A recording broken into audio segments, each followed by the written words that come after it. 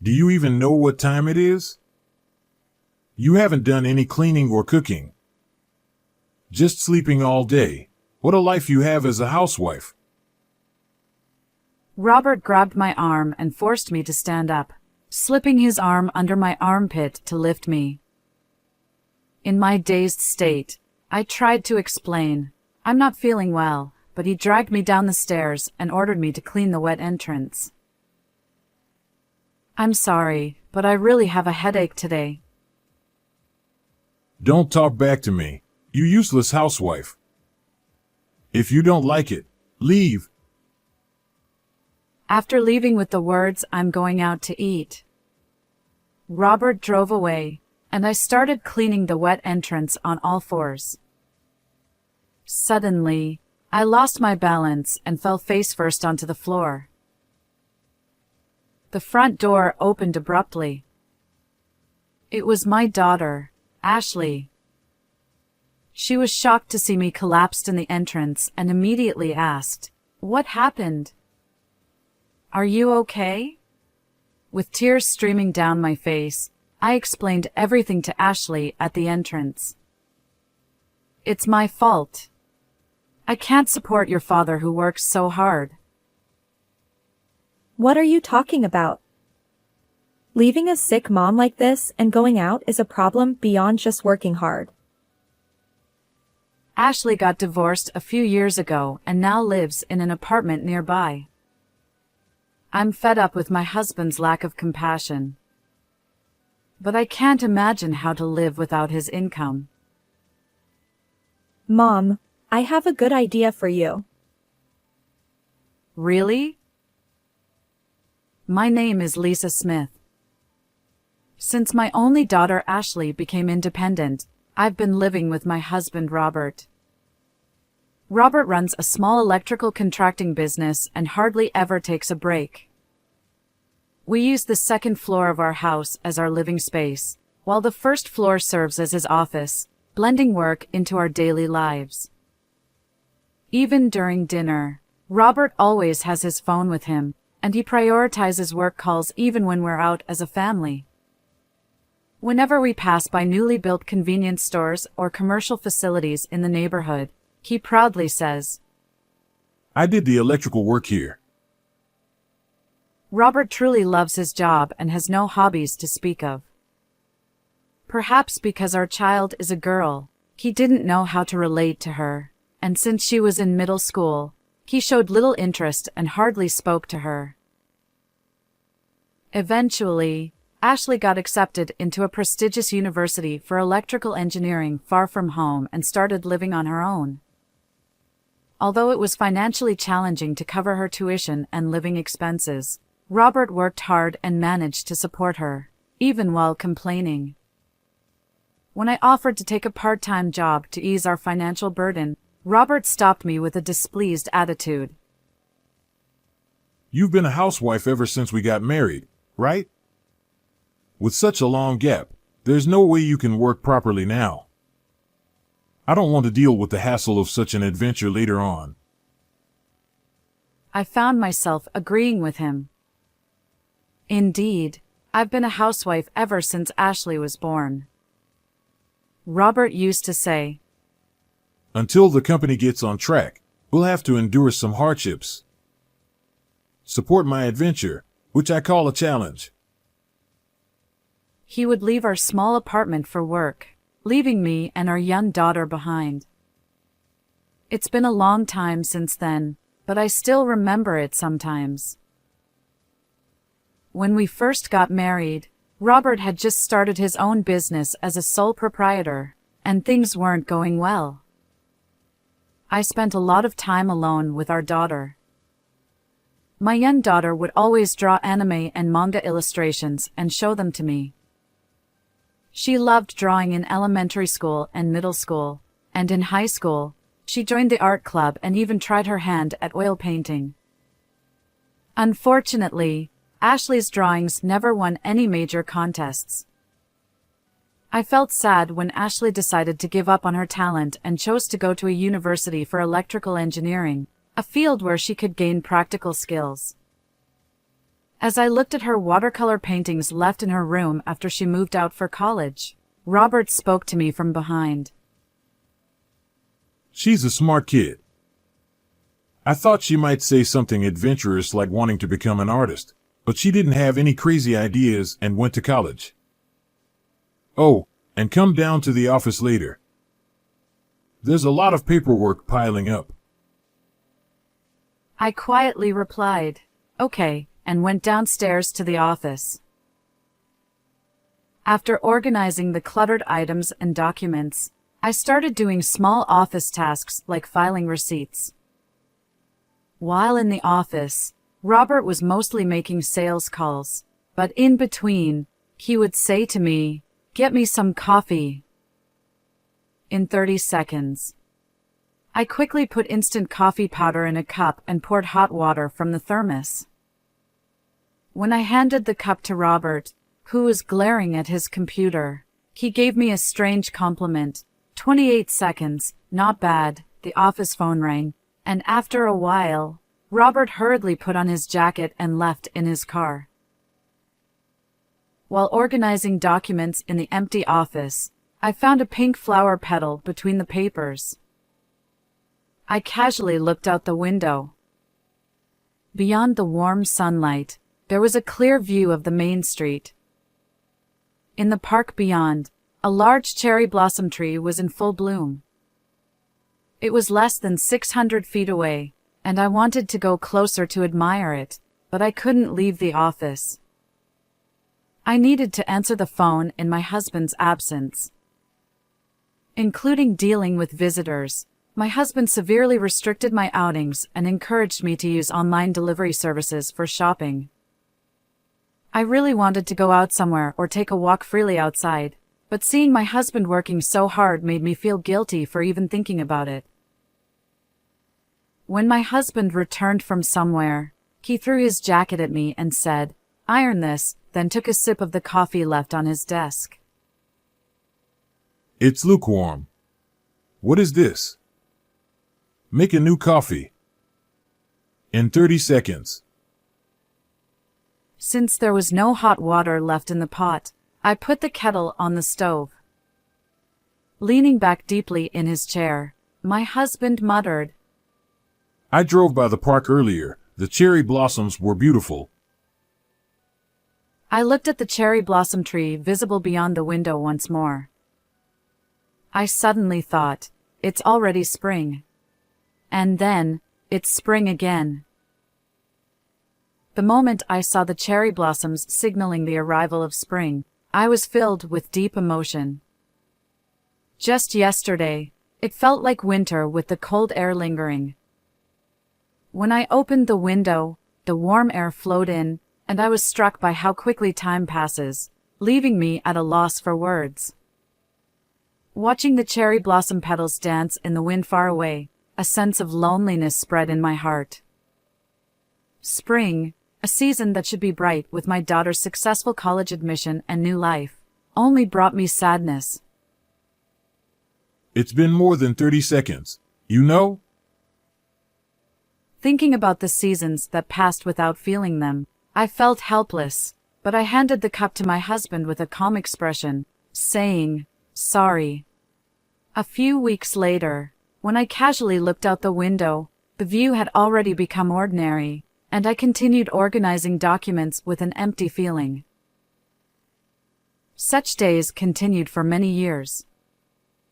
The refreshing spring breeze and blooming cherry blossoms, the summer sunshine and cold ice cream, the autumn foliage and harvest season, and the winter snow scenery and warm hot pot dishes. Year after year, I spent my days busily. The word fulfilled became ambiguous, whether positive or negative, as I just lived each day desperately, and only when I closed my eyes at night in bed did I feel a deep sense of relief. Before I knew it, I was in my 50s. One day, it rained heavily. It wasn't the rainy season yet, but it had been raining continuously since morning. For some reason, I've always had migraines when it rains. That day, My head hurt so much that I decided to lie down in bed. I couldn't answer the phone calls coming into the office and just kept sleeping in bed. Eventually, a loud noise at the front door woke me up, but my body felt heavy, and I couldn't get up, so I kept my eyes closed. I heard my husband coming up the stairs from the front door, and he roughly opened the bedroom door where I was. Hey! What's going on here? I tried to respond, but my throat was clogged, and I started coughing. Then my husband forcefully pulled off my blanket and shouted again in a strong tone. Do you know what time it is? Cleaning, cooking. You're just sleeping soundly. What a nice life you have as a housewife. Wait a minute, my head hurts. If I have a headache, can I take a day off work? If I take a day off, who will earn the money? I can't take a break. So you shouldn't take a break for something like that. Your job is housework, right? My husband grabbed my arm and forcibly pulled me up, putting his arm under my armpit to make me stand. In my dazed state, I told him, I'm not feeling well, but he forcibly dragged me down the stairs and pointed to the front door. It's pouring outside, so the entrance is soaking wet, right? There was dirt on the stairs and in the living room too, so at least clean the floors. My head, it feels like it's splitting. Lisa, I come home from work, not from playing around. You can't cook. You can't clean. How is this a marriage? Cleaning is the only thing you're good at, so at least do that properly. I'm sorry, but my head really hurts today. Don't you dare talk back to me. You stay-at-home wife. If you don't like it, then leave. Leaving a parting shot that he'd go to a nearby burger joint for dinner, my husband got in the car and drove off. Despite the severe headache, I went up and down the stairs several times, carefully wiping my husband's wet and dirty boots at the entrance and drying the floor. At one point, I felt nauseous and had to stay in the bathroom. After the nausea subsided, I returned to the entrance, grabbed a rag, and got down on all fours. Tears began to flow uncontrollably. Large tears fell onto the wet entrance floor, and as I instinctively covered my face with my left hand, I lost my balance and collapsed face first onto the entrance floor. Suddenly, the front door opened. It was my daughter, Ashley. She was shocked to see me collapsed at the entrance and immediately asked, "What happened? Are you okay?" I explained everything to her, my face crumpled with tears. It's my fault. I can only do cleaning and housework, and I can't support your father who works so hard. What are you talking about? Leaving a sick mom behind and going somewhere is a problem beyond just working hard. Ashley quickly wiped the entrance with a rag. She told me to rest, but I felt bad about it, so I went to the kitchen, put the kettle on, and made some tea we received as a Christmas gift. The small clock in the kitchen showed it was already 7 p.m. My husband would probably go to a bar after eating burgers and wouldn't come home until late at night. If I didn't stay up until around 11 p.m., he would get angry again. As I let out a small sigh, Ashley, who had cleaned the entrance, started washing her hands in the kitchen. Sorry, Ashley. Did you come for something today? Mom, you always get migraines and feel unwell on rainy days. I was just worried about you. Ashley quickly dried her hands and checked the contents of the refrigerator. After thinking for a few seconds, she took out some ingredients and prepared a cutting board and knife. I'm hungry, so I'll make something. You can eat too, right? Ashley, yes, please. Ashley, with her perfect smile, beamed at me. She got divorced a few years ago and now lives in an apartment nearby. I couldn't ask her, who has no children, to move back home because it was clear she would clash with her father if she did. Ashley quickly made some soup. The taste was different from the recipes I had taught her. It was a taste I didn't know. Feeling truly relieved, I murmured, "Delicious, Ashley," sitting across the table, gently placed her hand on mine. Mom, I don't think getting divorced was a mistake, and I'm glad I did it. So, if your current life is hard, I want you to know that divorce is an option. I can't.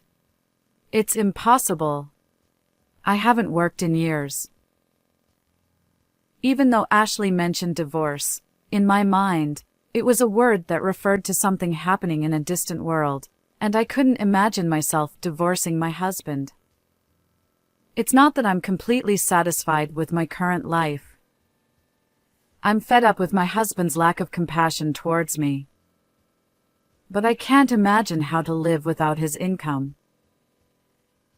In that case, I have a good idea. I couldn't imagine how to earn an income if I got divorced, so Ashley's words, "I have a good idea," made my eyes light up. Ashley looked at her watch and said, "Why don't you come to my apartment?" Maybe I was tired. Even though I felt like I would be a burden to my daughter, seeing her cheerful smile made me desperately want to take her hand.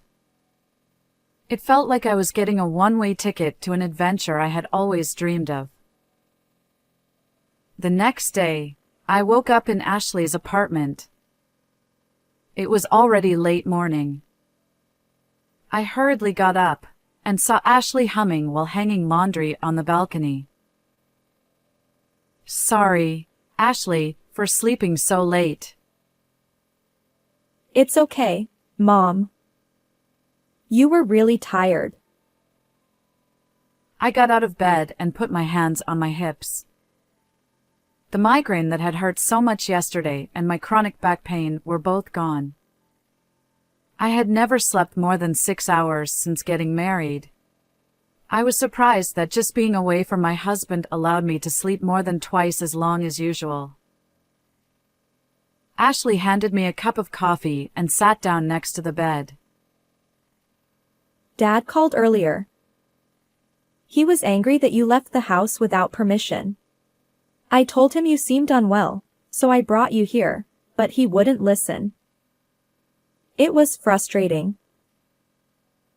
Ashley, looking dejected, opened the curtains. From her second-floor apartment, I could see the park that was visible from my house. Nearby elementary school children were running around the park, laughing. Watching the children play happily outside the window, I said to Ashley, "You know, I think I should go back. Realistically, it's too difficult, especially with the money situation." I thought the same thing before I got divorced. It's scary for anyone.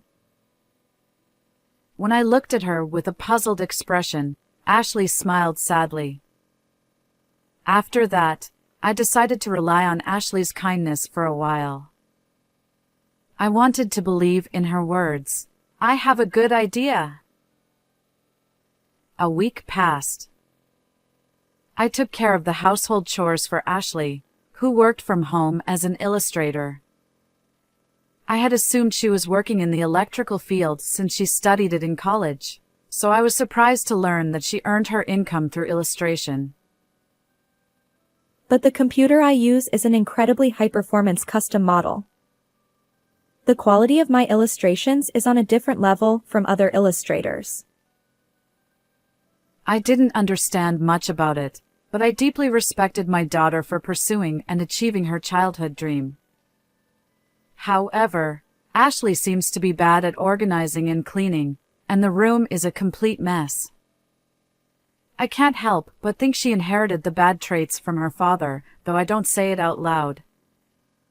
Just then, the doorbell rings. Ashley and I exchange glances. When Ashley answers the door, my husband is standing there, his face bright red. How many days are you planning to stay here? Get back home and do the housework. We've even received complaints from clients. The paperwork is piling up. You're coming home right now. My husband shouted as soon as he opened the door, and I was at a loss for words. Ashley gently grabbed my shoulder and moved me behind her, saying, "Step back." Listen. Mom is never going back to you again. Huh? Are you out of your mind? Or have you lost your senses? A woman who has spent half her life vacuuming the house can't possibly live after divorcing me. Get ready to go home now. When my husband tried to grab my arm, I instinctively pulled it back. I shouted, "Don't touch me," in a loud voice, and my husband widened his eyes, his face turning red with anger. I want a divorce. When I said those words, I felt like a weight had been lifted off my shoulders. Ashley immediately hugged me tightly and explained everything to the stunned Robert. I've always been a very meticulous person, good at cleaning and organizing the house. However, this skill was just an extension of my role as a housewife, and I never dreamed it could become a source of income. At Ashley's suggestion, I registered on a website that offers housekeeping services. Over the past few days, I've taken on several housekeeping jobs and received quite high ratings. Ashley, who herself takes on illustration work online, encouraged me to try being a sole proprietor like her. Me, the president of a cleaning company? I laughed a little at the thought, but Ashley was serious about her suggestion. Starting a company for housekeeping services?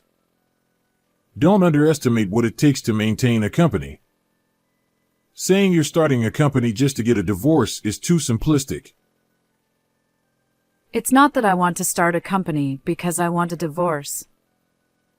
I don't want you to deny my potential, I said loudly, stepping away from Ashley's embrace to face my husband. His clenched fists were trembling slightly with anger. He was probably worried about the neighbors seeing him in front of the apartment door. That concern was likely holding back his temper, but it seemed he was reaching his limit.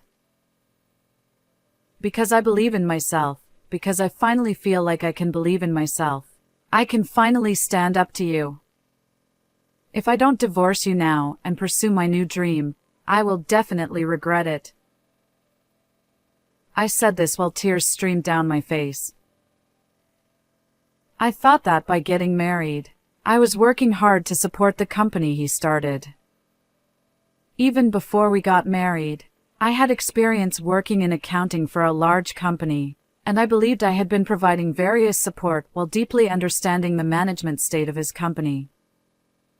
We were supposed to be on this adventure of life together. But somewhere along the way, he forgot. He forgot that this adventure was with me. We stopped calling each other by our names at some point, didn't we? Maybe. For a long time now.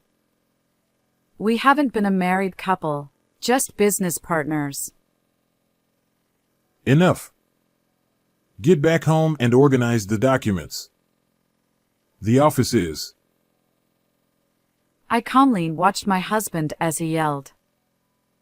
I felt like I had said what I needed to say. He grabbed me by the collar and shouted something. All this time, in that cramped office with just the two of us, I thought he would understand someday. Someday. Even if it was just one blunt word, if he had just said thank you, that would have been enough for me. But now, I don't care about that anymore. I thought he might hit me. I was scared, but the thought of overcoming this ordeal and finding a new future for myself made my heart race with excitement. Despite the situation, I found myself laughing. My husband raised his fist to arm height. Was he going to hit me? I thought, but I was sure he wouldn't. If he were the kind of man who would actually hit me, I wouldn't have married him in the first place. He stood there, frozen with his fist raised, glaring at me with cold eyes. Eventually, perhaps a neighbor called the police, as a patrol car stopped nearby and several officers came running, restraining my husband. He didn't resist and quietly complied with the officers, but he kept glaring at me with resentment. I averted my gaze and looked at my hands. They were trembling. Ashley silently took my shaking hand and, with teary eyes, hugged me tightly.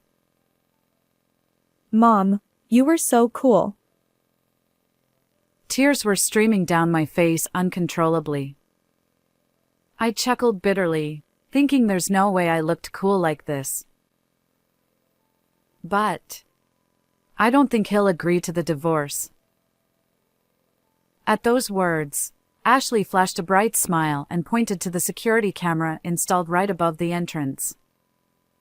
I don't think that camera was there before I started staying at Ashley's apartment. Ashley had been certain that if I stayed at her apartment, my husband would come to take me back within a few days.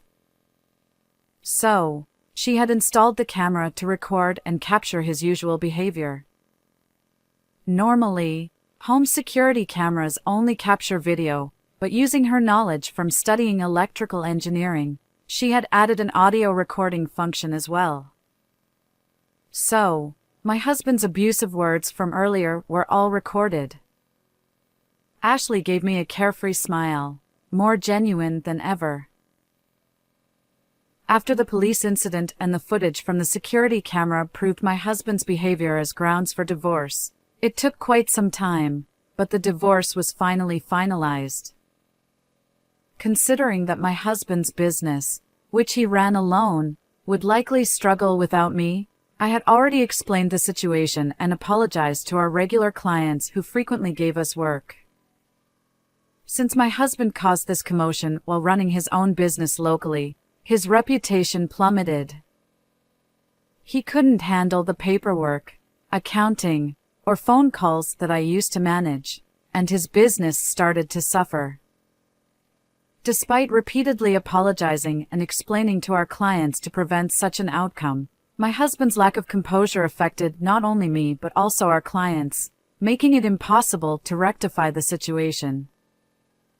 I heard from neighbors that he now spends his days buying convenience store meals, looking disheveled.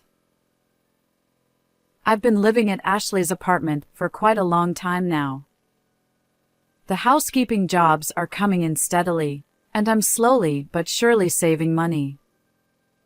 While starting a company in my name is still a bit in the future, Ashley and I are currently busy looking for a bigger apartment to live in together.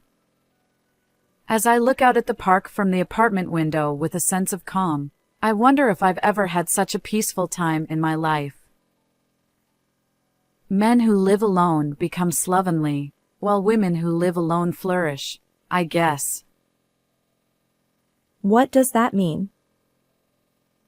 My daughter, who is drawing an illustration on her computer, turned to face me. I sat by the window, feeling the soft breeze on my cheek. Outside the window, the cherry blossoms were in full bloom. Many people had gathered in the park to see the large, pink double cherry blossoms, creating a lively atmosphere. Instead of just drawing illustrations at home, let's go see the cherry blossoms. No way. You can see the cherry blossoms from the window. The image Ashley was drawing on her tablet was displayed on the computer screen. It showed the back view of a young woman and a little girl looking up at the cherry blossoms. As I absent-mindedly admired the beautiful digital art she was creating, Ashley said with an embarrassed smile, It's kind of embarrassing. This illustration will be the cover of a novel that's coming out soon. "Wow. You get those kinds of requests too. What's the concept behind it?" Ashley continued to talk without stopping her drawing. She explained that it depicted a scene of a little girl looking up at the cherry blossoms with her mother in the park. Don't you remember? A long time ago, you and I went to that park to see the cherry blossoms together. Ashley stopped drawing and looked straight at me. I fell silent with my lips slightly parted and quietly said, "I don't remember." There was a few seconds of silence. Ashley turned off her computer, took out a jacket from the closet, and handed one to me and one for herself. Well then, let's go see the cherry blossoms. I gently draped the light beige cardigan she handed me over my shoulders. The cherry blossoms in the park, which once felt so distant, now feel very close. The changing seasons, which I had failed to notice before, now seem so beautiful. From now on, I will surely continue to cherish the daily joys that I couldn't remember before. How did you like this story? Please don't forget to subscribe to the channel. See you in the next video.